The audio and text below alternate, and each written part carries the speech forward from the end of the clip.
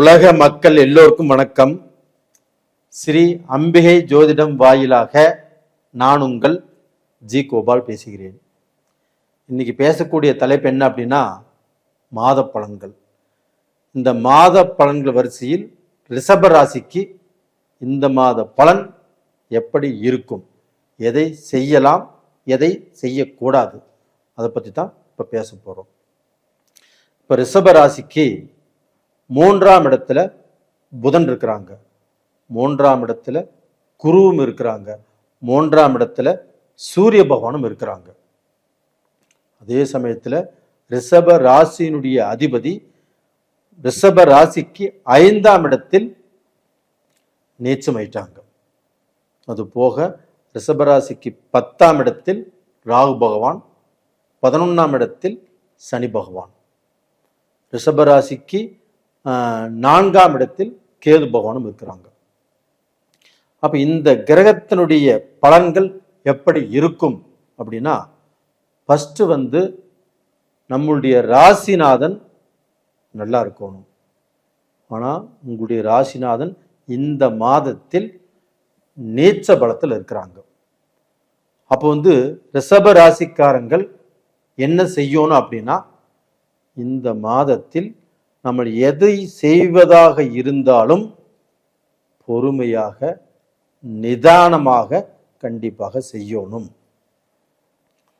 நாம் பார்த்தீங்கன்னா அடுத்தவங்க சொல்றதை கேட்டோ, கொஞ்சம் அவசரப்பட்டோ, கொஞ்சம் வேகமாகவோ ஏதாவது ஒரு முடிவெடுத்தாலும், அதை செய்தாலும் அதனால நஷ்டம்தான் வரும்.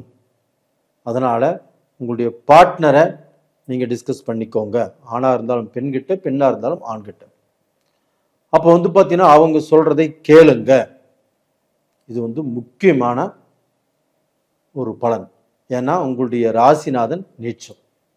அதே சமயத்தில் உங்களுடைய ராசிக்கு அடுத்த, அதாவது உங்களுக்கு ராசிக்கு 7ஆம் இடத்தை, விருச்சகத்தை குரு பகவான் உங்க ராசிக்கு 3ஆம் இடத்திலிருந்து அந்த விருச்சக ஸ்தானத்தை பார்க்குறாங்க. 7ஆம் இடத்தை பார்க்குறாங்களா? அப்போ அந்த 7ஆம் இடம் என்பது கலஸ்தர ஸ்தானம். அப்போ அந்த கலஸ்தர ஸ்தானத்தை குரு பார்க்குறாங்க. அப்போ இந்த டயத்தில் நம்ம திருமணம் பேச்சு பேசலாமா? தாராளமாக பேசலாம். அப்போ பார்த்தீங்கன்னா நம்மளுக்கு திருமணம் நடக்கலை, நம்மளுக்கு பார்த்தீங்கன்னா ஏதாவது ரூபத்தில் திருமணம் தடைபட்டு போயிட்டே இருக்குது அப்படின்னா இந்த சமயத்தில் பேசலாம். ஆனால் உங்களுடைய ராசிநாதன் கலஸ்தர காரகனாகிய சுக்கிர பகவான் இன்னைக்கு நேச்சமாக இருக்கிறதுனால, அந்த குரு பகவான் உங்களுடைய ராசிக்கு 7ஆம் இடத்தையே பார்த்தாலும் நீங்க முடிவெடுப்பதில் நிதானமாக முடிவெடுங்கள். அப்போ ஒரு பொண்ணு பிடிச்சிருக்குது, ஒரு பையன் பிடிச்சிருக்குது, இல்லை பார்த்தீங்கன்னா பொண்ணு பார்க்குறோம், மாப்பிள்ளை பார்க்குறோம், இதில் முடிவு எடுக்கும்போது நீங்கள் டிஸ்கஸ் பண்ணி உங்கள் பார்ட்னருடைய முடிவை ஏற்றுக்கிறது தான் இந்த பீரியடில் நல்ல விஷயம். அப்படி இல்லைன்னா இந்த மாதத்தில் நீங்கள் பொண்ணு பார்க்கலாம், இல்லை மாப்பிள்ளை பார்க்கலாம், இல்லை ஒரு ரிலேஷன்ஷிப்பில் ஒரு பெண்ணும் பையனும் இருக்கிறாங்க அப்படின்னா இந்த மாதத்தில் எந்த முடிவும் எடுக்காமல் அடுத்த மாதம் நீங்கள் முடிவு எடுக்கிறீங்களா, அது சரியாக வரும். அப்போ இந்த மாதத்தில் அந்த முடிவை தள்ளி போடுவது அப்படிங்கிறது 100க்கு 90% நல்லது. இல்லை இந்த சமயத்தில் முடிவே எடுத்து ஆகணும் அப்படிங்கிற பொசிஷன் இருக்குது அப்படின்னா உங்கள் பார்ட்னர்கிட்ட அந்த முடிவை கேட்டுக்கோங்க. அது போக உங்களுடைய ராசிக்கு 11ஆம் இடத்துல சனி பகவான் இருக்கிறாங்க. அப்போ அந்த 11ஆம் இடத்தில் இருக்கக்கூடிய சனி பகவான் ஃபஸ்ட்டு நல்ல பொசிஷனில் இருக்கிறாங்க. அந்த சனி பகவான், அப்போ அந்த சனி பகவான் 11ஆம் இடத்துல இருக்கிறதுனால லாபத்தை செய்வார். ஏன்னா ரிஷபராசிக்கு அந்த சனி பகவான் நட்பு கிரகம்தான். அதே சனி பகவானை குரு பகவான் 9ஆம் பார்வையாக பார்த்துட்டாரு. அந்த சனி பகவானை அந்த குரு பகவான் பார்த்ததுனால உங்களுக்கு ஆயுள் கெட்டி, அது போக தொழில் உங்களுக்கு நல்லபடியாக உங்களுடைய விருப்பம் போல் வளர்ச்சி அடைவதற்குண்டான வாய்ப்புகளும் நல்லா இருக்குது. அது போக ஒரு பிரான்ச்சுக்கு 2 பிரான்ச் கூட நீங்கள் ஓப்பன் பண்ணலாம். ஆனால் அதே சமயத்தில் உங்களுக்கு வந்து 5ஆம் இடத்து அதிபதி புதன் பகவான் அந்த குருகோடு இணைஞ்சிருக்கிறாங்க. இது நல்ல விஷயம் அப்படின்னா ரொம்ப ரொம்ப நல்ல விஷயம்.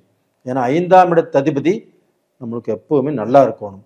அப்போ அந்த 5ஆம் இடத்து அதிபதி நல்லா இருந்தால் மட்டும்தான் நம்மளுடைய அறிவு, நம்முடைய திறமை, நம்முடைய முயற்சி இதற்கு எல்லாமே பலன் கிடைக்காமல் ரொம்ப வருட காலங்கள் கஷ்டப்பட்டும் நாம் நினைத்த இடத்துக்கு ரீச் ஆகாமல் கடன்பட்டு வாழ்ந்துட்டு இருக்கிறோம். நிறைய பேருக்கு உழைச்சு நம்ம குடும்பம் நாம அப்படின்னு நம்மளுக்கு 10 ரூபாய் எடுத்து வைக்காமல் எல்லாத்துக்கோசரமும் உழைச்சாச்சு. இப்போ வந்து பார்த்தீங்கன்னா தான் வாழணும், தன் குடும்பம் வளரணும், நம்ம குடும்பத்துக்கு ஏதாவது வேணும் அப்படின்னு நினைக்கக்கூடிய சூழ்நிலை இப்போ தான் வந்திருக்குது. அப்போ அதற்கு கிரகங்களும் சப்போர்ட்டாக இருக்கிறது. அப்போ வந்து 3ஆம் இடத்தில் குரு பகவானும் உச்சபலம் பெறுவது யோகம். அந்த குருகோடு 5ஆம் இடத்து அதிபதியும் இணைந்திருப்பது அதைவிட யோகம். அது போக 4ஆம் இடத்து அதிபதி சூரிய பகவான் அந்த குருவோடு இணைந்திருப்பது ரொம்ப ரொம்ப திருப்தி. அப்போ அந்த ஒரு கிரகத்தினுடைய அமைப்பு நவகிரகங்களின் அரசன் சூரியன். அப்ப அந்த சூரியனும் குருவும் இணைந்திருப்பது ஒரு அற்புதமான யோகம். அப்ப இதனால உங்களுக்கு வந்து பார்த்தீங்கன்னா முன்னோர்களுடைய ஆசி கிடைக்கும். அது போக பெரிய பெரிய விஐபிகள், தொழில் அதிபர்கள், இல்லை வந்து பார்த்தீங்கன்னா ஒரு முக்கியமானவங்க, இவங்களுடைய பார்வை நம்ம மேலே பட்டு அவங்க மூலியமாக நம்மளுக்கு வந்து நல்ல வாய்ப்புகள் கிடைக்கும். அப்போ அந்த வாய்ப்புகளை நாம் பயன்படுத்தி நாம் கடந்த 2 வருடம் 3 வருட காலம் நிறைய கடன்பட்டு கஷ்டப்பட்டு வாழ்ந்துட்டுருக்கோம். அப்போ அந்த கஷ்டத்துக்கு எல்லாமே ஒரு முற்றுப்புள்ளி வைக்கக்கூடிய டைம் வந்தாச்சு. இது போக உங்களுக்கு வந்து பார்த்தீங்கன்னா உங்களுடைய ராசிக்கு 10ஆம் இடத்தில் ராகு. அப்போ அந்த 10ஆம் இடத்துல ராகு வந்து இருப்பது யோகம். அதே சமயத்தில் அந்த ராகு யார் வீட்டில் இருக்கிறாங்க? சனி பகவான் வீட்டில் இருக்கிறாங்க. அந்த சனி பகவானையும் குரு பகவான் பார்த்துட்டாங்க.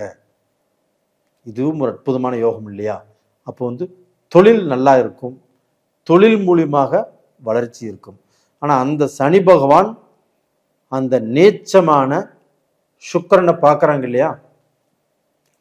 அப்போ அந்த சனி பகவான் ஆகப்பட்டது குருவுடைய பார்வை வாங்கி அந்த நீச்சமான சுக்கிரனை பார்க்கும்போது உங்களுக்கு வந்து பார்த்தீங்கன்னா ஒரு முன்னேற்றம். அதாவது சனி பகவானும் சுக்கிர பகவானும் நட்பு கிரகங்கள்.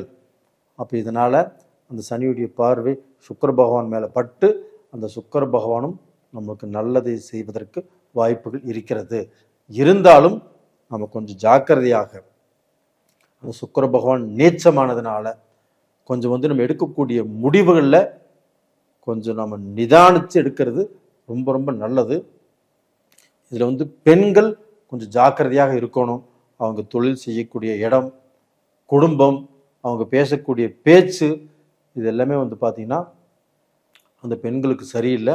கொஞ்சம் நிதானமாக இருப்பது ரொம்ப ரொம்ப நல்லது. அது போக வந்து பார்த்திங்கன்னா அந்த குருவோட புதன் சேர்ந்திருப்பதும் குருவோடு சூரியன் சேர்ந்திருப்பதும் யோகம். அது போக அந்த குரு பகவானும் 3ஆம் இடத்துல இருந்து உங்களுடைய ராசிக்கு 7ஆம் இடத்தை பார்த்து 9ஆம் இடத்தை பார்த்து 11ஆம் இடத்தையும் பார்க்குறாங்க. இது எல்லாமே நல்ல இடங்கள். நீங்கள் வந்து பார்த்தீங்கன்னா ஒரு இடத்துல மட்டும்தான் ரொம்ப ஜாக்கிரதையாக இருக்கணும். அதாவது பெண்கள் வகையில் ஆண்களாக இருந்தாலும் ஜாக்கிரதை. பெண்களும் தன்னுடைய நடைமுறை வாழ்க்கையில் கொஞ்சம் கேர்ஃபுல்லாக இருப்பது ரொம்ப ரொம்ப நல்லது. பெண்களுக்கும் செய்யாத தப்பு செஞ்சேங்கிற பேர் கூட வரலாம். தவறான வழியில் போகல, தவறான பாதையில் போனீங்க அப்படிங்கிற பேர் கூட வரலாம். அதனால் கொஞ்சம் உஷாராக இருங்க. அதே சமயத்தில் இது வந்து பார்த்தீங்கன்னா கோல்சார பலன். உங்களுடைய ஜாதகத்தில் நடக்கக்கூடிய தசாபுத்திகள் சிறப்பாக இருந்ததுன்னா இதெல்லாம் ஒன்றுமே பண்ணாது. உங்களுடைய ஜாதகத்தையும் பார்த்துக்கோங்க. நேயர்களே, உங்களிடமிருந்து விடைபெறுவது உங்களின் ஜி கோபால். நன்றி, வணக்கம்.